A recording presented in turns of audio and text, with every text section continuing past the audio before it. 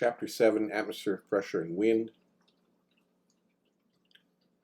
Section 7.5 Models of Global Circulation. So what we're going to do in this video is try to figure out how global circulation works. And we're going to use modeling to try to explain how this occurs, graphical modeling. So we're going to try to understand how global circulation works by developing two simplified graphical models. These models will describe airflow at the Earth's surface and in the upper troposphere. So what we'll be describing is horizontal winds. We're also going to explain vertical wind flow, how this flow works in low and high pressure systems that exist at the Earth's surface and in the upper troposphere. Our first model is very simple. It suggests that the Earth is not rotating in space. The surface is composed of similar materials, so let's just say all land, and the global reception of solar insolation and loss of long-wave radiation cause a temperature gradient of hotter air at the equator and colder air at the poles. So this temperature variation with latitude is what we currently have. So in this simple model, we should have at the equator warm air being generated from the reception of insolation relative to the air at the poles. This air, if it's warm, it's going to form lows along the equator. The air is going to blow into these lows and then move upward to the top of the troposphere. So we've got this illustrated. If you look at the lows, they're located at the equator, and there's arrows either side of the equator blowing into these lows. And then the air moves up and reaches the top of the troposphere. That's its maximum height. At the troposphere, the air moves outward. So the type of pressure system that would exist at the top of the troposphere at the equator should be a high pressure system. And high pressure systems have air blowing out from them, and that's what we have. The air continues to blow in the troposphere in a poleward direction, both in the northern hemisphere and in the southern hemisphere, and then reaches the North Pole and the South Pole. When it reaches that location, it's got nowhere else to go but down. That downward flow is going to produce a high pressure system at the poles, and that high pressure system should exist anyways because the air is cold and dense, because at the North and South Pole we have the least amount of solar insolation being received.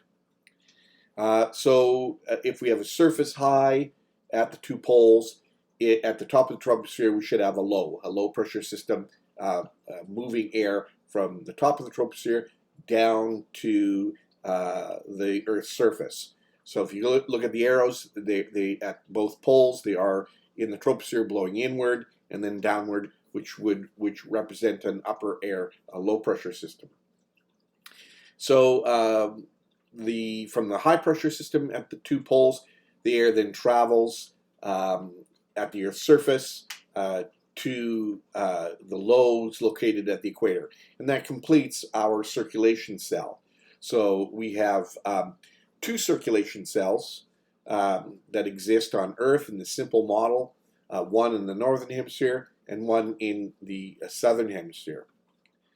Now, if we add one condition to this pattern, we can, in our graphical model, explain the patterns of atmospheric flow that we see on the Earth. And that simple factor that we add is Coriolis effect. We cause the Earth to spin. If the Earth spins, the winds are going to be deflected to the right in the northern hemisphere and to the left in the southern hemisphere. So when we do that, we don't get a single cell model of global circulation with a single cell in each hemisphere. We get a 3-cell model of global circulation. We begin rotating the Earth. That adds Coriolis effect, and this one circulation cell splits into 3 circulation cells per hemisphere. And these cells are the Hadley cell, that is from the equator to about 30 degrees north and south. The Ferrel cell, which is from 30 degrees to about 60 degrees north and south. And then the polar cell, which is from about 60 to 90 degrees north and south. So the following diagram illustrates this 3-cell model. And I've colored the air to represent its relative temperature. So if it's got a pinky red tone, it's warm tropical or subtropical air. And if it's got a blue tone, then this is polar air. And this is essentially what we have currently on the Earth. We have 2 caps of cold polar air, and in between those caps, in the middle and low latitudes, we have warm tropical and subtropical air. So let's examine the first cell, the Hadley cell. And let's look at the equator. So for the Hadley cell, we have a zone of low pressure systems, the intertropical convergence zone, and that's the same as what we had in the simple model. So these lows cause the air to blow inward into the lows from 30 degrees to the equator, either side of the equator. And then at the equator, the air flows up into the top of the troposphere. So if this air is moving from 30 degrees north and 30 degrees south to the equator, it's going to be deflected to the right in the northern hemisphere and to the left in the southern hemisphere, and that produces the northeast trades and the southeast trades. So stand looking towards, use your imagination, stand at the highs, look towards the intertropical convergence zone, that band of lows, and you'll notice the northeast trades are deflecting to the right, and the southeast trades are deflecting to the left. Now let's look at the top of this flow into these lows. It moves up to the top of the troposphere, and at the top of the troposphere, it then moves outwards from the equator to 30 degrees north and 30 degrees south in the upper atmosphere. This air too, it's not illustrated here, but it's also deflecting. So it's deflecting to the right in the northern hemisphere and to the left in the southern hemisphere. And this accumulation of air, what this creates is an accumulation of air at the top of the troposphere that moves from west to east. And this accumulation of air, it's like a ribbon of air, and it's the subtropical jet stream. So the subtropical jet stream is a band of fast-moving air that's created by these upper air winds, or upper air westerlies they're called, deflecting in the upper atmosphere, and by the time they get to 30 degrees north and 30 degrees south, they're not traveling latitudinally, but longitudinally, and they create this ribbon of air. Now that air can't just accumulate. Some of it has to go somewhere. Some of it continues on its travels from 30 degrees to 60 degrees north and south in the upper atmosphere, and some of it heads downward, completing the Hadley cell. So it moves downwards and produces a band of high pressure systems located in the subtropics. And those high pressure systems are called the subtropical high pressure system.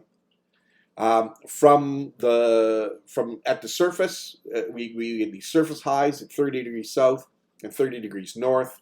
The air at those highs moves in 2 directions. Some of it comes back along the surface to the equator, completing the Hadley cell, the circulation cell, and some of it moves on from 30 degrees to 60 degrees north and south, creating another cell that occurs between 30 and 60 called the Ferrel cell. Now, in the Ferrel cell, the surface winds and the upper air winds are moving in the same direction. They're moving poleward. And they're also being deflected by Coriolis effect to the right in the northern hemisphere, to the left in the southern hemisphere. That deflection to the right creates, once again, a ribbon of air in the upper atmosphere moving west to east. That's moving longitudinally, not latitudinally, and that's the polar jet stream. So the polar jet stream is this, if you can imagine it, it's a ribbon of air moving around at about 60 degrees north and 60 degrees south. Some of the air that is moving with the Ferrel cell in the upper atmosphere, some of it moves downwards to the Earth's surface at 60 degrees north and south. So that's that blue arrow. And some of it continues on to the north and south pole. And that creates a part of the polar cell. The surface flow, once again, in the northern hemisphere, it's being deflected to the right, and on the surface it creates the westerlies.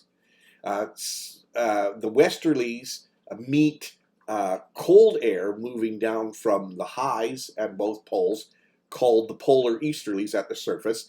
They collide, and this causes some of the warm air to be pushed up into the upper atmosphere at 60 degrees north and 60 degrees south, and that's that red arrow moving upward.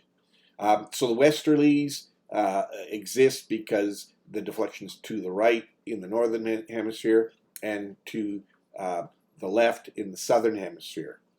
So the Ferrel cell is not like the Hadley cell in that it's a complete circulation cell. It has surface winds and upper air winds that move in the same direction. The final cell that we need to talk about is the polar cell. So the polar cell is generated because we have a downward surface flow from the north and south pole to 60 degrees north and 60 degrees south. So that's at the surface. Coriolis effect causes deflection to the right in the northern hemisphere, to the left in the southern hemisphere, producing the polar easterlies. And the polar easterlies meet up with a band of low pressure that exists in between the westerlies and the polar easterlies. And that band of low pressures is generated by the red arrows moving up, and those are the subpolar lows. A band of low pressure system that exists in the southern hemisphere and partially exists in the northern hemisphere.